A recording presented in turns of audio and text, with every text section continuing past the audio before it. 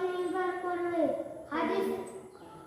হাদিস নাম্বার 7, আত-তুহুরু শাত্রু ঈমানি, অর্থ পবিত্রতা ঈমানের অঙ্গ।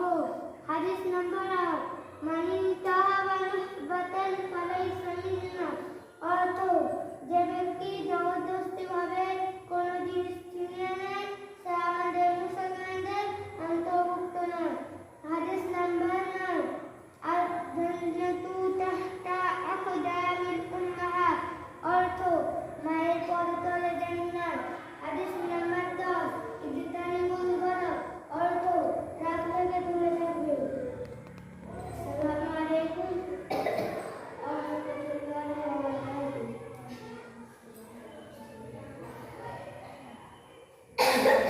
আমাদের মঞ্চে আওয়াজ সুন্নাত পরিবেশন করবে আমাদের ছোট্ট ভাই মুহাম্মদ শাহিদুল।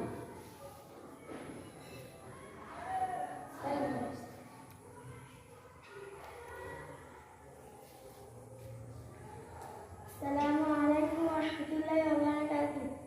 খাওয়ার সুন্নাত 14টি। নাম্বার 1, দস্তরখান বিছানো। নাম্বার 2, দু হাতের কবজি পর্যন্ত ধোয়া, না মুছে খাওয়া।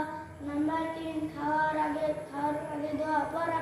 নাম্বার 4, সুন্নত তরিকায় বসে এক হাঁটু কিংবা দু হাঁটুর উপরে বসে। নাম্বার 5, হাত দিয়ে খাওয়া। নাম্বার 6, নিজের সামনে থেকে খাওয়া। নাম্বার 7, 3 আঙুল দিয়ে খাওয়া। নাম্বার 8, যদি কোনো লোমা পড়ে যায় তবে সেটা তুলে পরিষ্কার করে খাওয়া। নাম্বার 9, বাসন বাটি ও আঙুল পরিষ্কার করে খাওয়া। নাম্বার 10, সেলাম না দিয়ে খাওয়া। নাম্বার 11, খাদ্যবস্তু কোনো দোষ কটি না ধরা। নাম্বার 12, অত্যাধিক গরম খাদ্য না খাওয়া। নাম্বার 13, তারপরে দোয়া করা।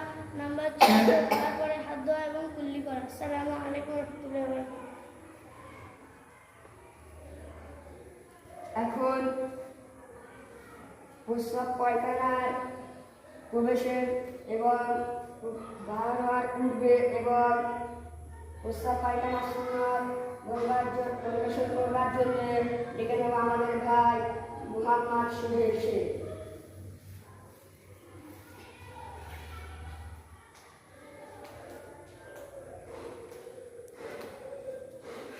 আসসালামু আলাইকুম ওয়া রাহমাতুল্লাহি ওয়া বারাকাতুহু। প্রস্রাব পায়খানার প্রবেশের পূর্বে এই দোয়া পড়ব। বিসমিল্লাহি আল্লাহুম্মা ইন্নী আউযু বিকা মিনাল খুবুসি ওয়াল খাবাইথ। প্রস্রাব পায়খানা থেকে বের হয়ে এই দোয়া পড়ব।